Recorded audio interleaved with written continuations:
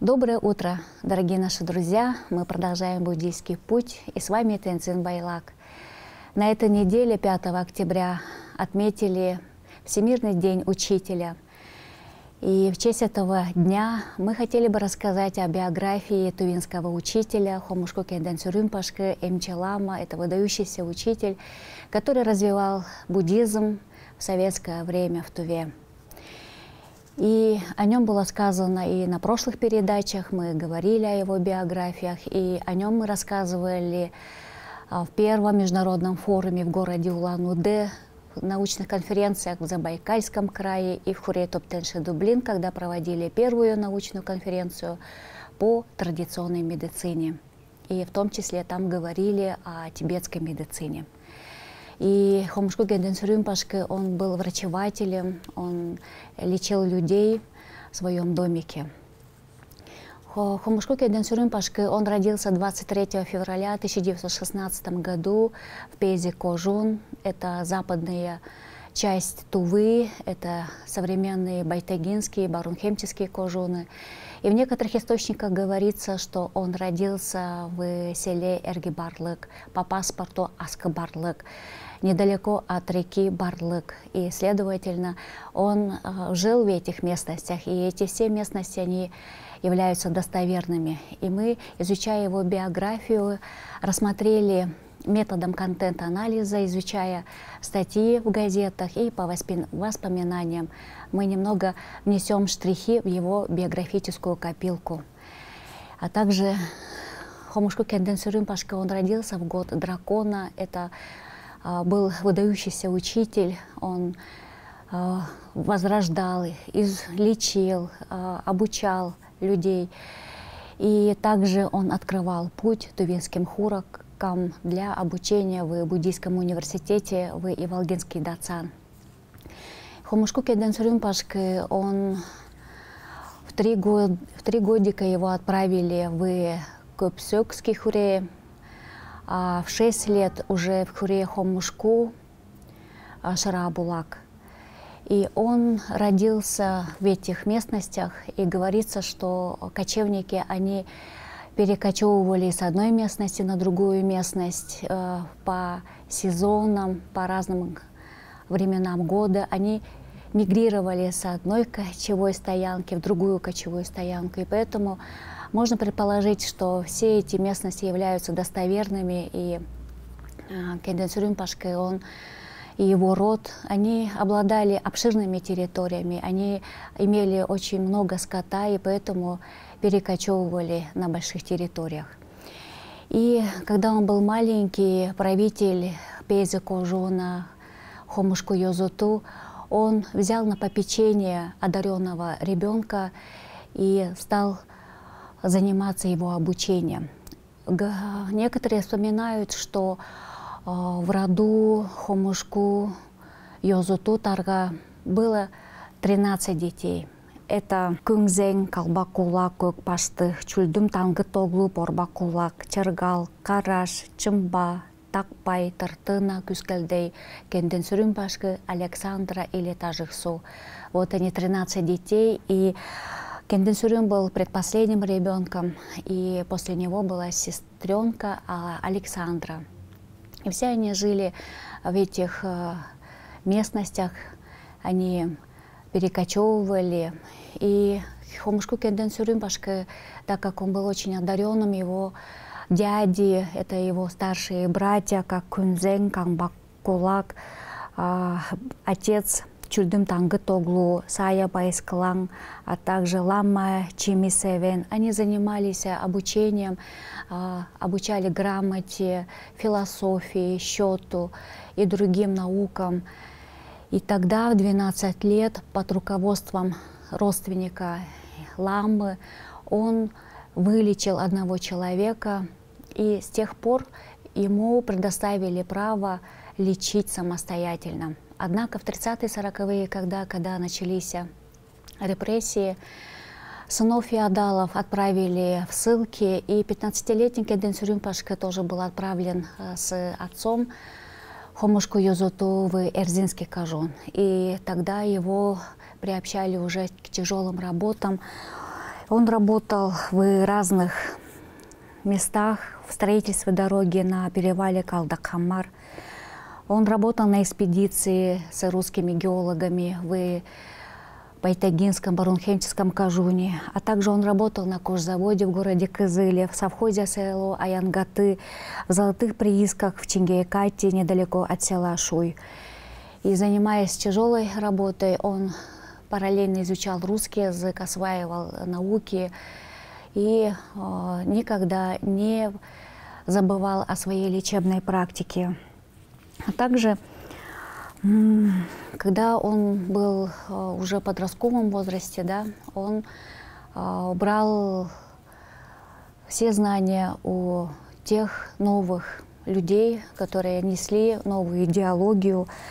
И в 1951 году, когда уже началось возрождение или восстановление юрточных молельных хурей недалеко от города Чадан, Хомушку Амырта, это камбыламы этого юрточного хурей. С 1946 по 1953 год он был камбыламой. Он с бандитом камбыламой Бурятии Шараповым приглашал его в город Чадан. Недалеко от этого Чадана была вот эта юрточная молельный городок. И они там проводили молебны, восстанавливали, думали о создании буддийской общины, строительстве хурей. Однако уполномоченный совета по религиозным делам господин или товарищ Иванов, он предлагал тогдашним ламам сократить количество лам до 10 человек. И это наказание не было исполнено, и тогда товарищ Иванов стал писать письма о том, чтобы распустить эту общину, закрыть юрточный хурей и отдать все собранные деньги в казну. А деньги собирались для строительства большого хурея. И в 1956 году, когда пандит Хамбылама Шарапов был в Туве, он отобрал 2 хураков, учеников, для делегирования в Иволгинский дацан. Первый из них был Адыя, однако он умер в 1958 году в Иволгинском дацане в Улан-Удэ. А Хомушку Кенден Сюрюмпашкой в 1957 году он стал штатной ламой Иволгинского дацана. И основной задачей было его создание общины в Туве, организации. И всегда ламы думали о создании, строительстве нового храма Хуре на территории Тувы. Однако тот уполномоченный по религиозным делам написал письма о том, чтобы не командировать Хомушку Кенден Сюрюмпашкой в Туву. И тогда ему запретили ехать сюда, в Туву. Тогда он остался в Иволгинском дацане, и в течение 20 лет он работал как штатный лама. И себе построил он домик номер 31, и в этом домике он лечил, принимал людей из разных городов СССР. И тувинский лама, конечно, он не забывал о своем родном крае. Он писал письма о том, чтобы ему собирали лекарственные растения. И его родственники собирали эти лекарственные растения из соседних территорий, недалеко от села. И как по воспоминанию его племянницы, собирали облепиху, на тувинском это чажаргана, ивняк, коданхавы, солодку, чигир, сиген, чертополох, эмишкеек или көкчечектер, подорожники, орокоттар, маринь, корень, пион или на тувинском щегне. Все эти лекарственные растения, они собирались, они сушились в деревянном домике на крыше. И когда растения высушивались, их собирали и отправляли в Иволгинский дацан. И тогда Кенден Сюрюмпашка, он брал эти растения, и когда к нему приходили разные гости, студенты, он приобщал к производству лекарства. И эти растения, они мололи на таких железных сосудах, потом деревянной палкой все это расстилали на ткань, и на ткани уже камнем начинали молоть до порошкообразной формы, и тогда уже эти порошки ложили в кожаные мешочки. И в кожаных мешочках эти лекарства сохраняли свою консистенцию, свои лечебные свойства. Если эти растения имели запах, то благодаря коже этот запах сохранялся, и все лечебные свойства они сохранялись в этих мешочках. И чтобы доставать надо было эти порошки, у эмчалам бывают такие мерные ложечки железные, они прям доставали и давали своим пациентам. Они пили эти лекарства утром, днем или вечером в течение 3 дней, 7 дней, 21 дня или в течение 1 месяца, в зависимости от заболевания. И когда эмчаламы они видели состояние человека, они сразу определяли время, когда пить это лекарство. А если эмчаламы в процессе диагностики устанавливали, что лекарства не будут способствовать лечению, тогда они проводили ритуальные обряды, и по воспоминаниям говорили, что проводили обряд сержим, это золотой напиток, когда приносили черный чай, и уже этим черным чаем, специальным обрядом устраняли все провокации, все эти трудности, связанные с здоровьем человека. А если это человек был совсем больным, то проводили ритуал, связанный с торма. Торма — это из талгана делали форму, туда начитывали специальные обряды, чтобы устранять эти провокации. Таким образом, эмчаламы они знали не только правильно лечить людей, а также вылечивать дух, умственные болезни людей. И устраняли таким образом все недуги у человека. И Кенденсо Ринпоче, конечно, он знал тантрические все обряды, связанные с джучи, лечебными практиками. И многие вспоминали, как он легко излечивал, исцелял людей. Это был очень одаренный врач, обладал целительным даром. И многие буряты вспоминали потом, какой он благородный учитель, очень редкий учитель, эмчалама, и к нему очень много людей приходили. И также приходили в домик номер 31 тувинские учителя, которые остались в живых в советское время. Это и Кулар Шимбайол Пашкы, Кулар Орус Пашкы, Геше Терекомбу, Очуржа Пашкы, братья Саганол, Тава Кулар, Темберел Пашкы, Дамдынчап Хомушкул Пашкы, Сая Пашкы. Мы о некоторых тоже говорили на нашей передаче и вспоминали, что когда эти учителя приходили, они надевали тувинский тон, таватон.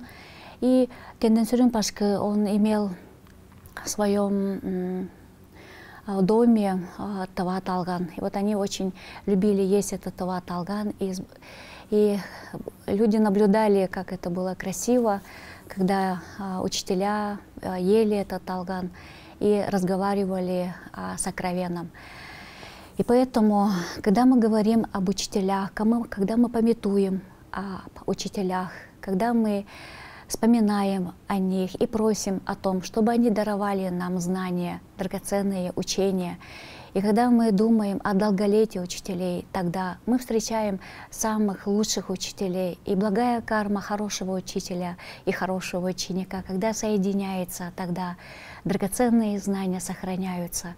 И они передаются от учителя к ученику. И поэтому в этот день, в день учителя, нам нужно ценить очень хороших учителей. И пусть в наше время, в это трудное время, наши учителя сохраняют свой дух и оставляют свое имя с большой буквы, чтобы эти учителя были очень добросовестные, совестливые, терпеливые и целенаправленные, чтобы воспитывать учителей, учеников, воспитывать последователей, как делал Хомушку Кеден Сюрюмпашка. Буквально он открыл образовательный путь тувинским хуракам, студентам в Буддийский университет Иволгинского Дацана. И когда есть такие учителя, тогда сохраняется преемственность традиционной культуры, сохраняется культура в целом.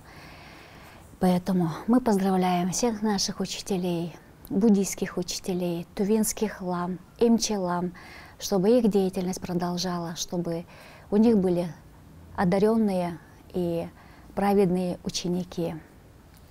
До свидания.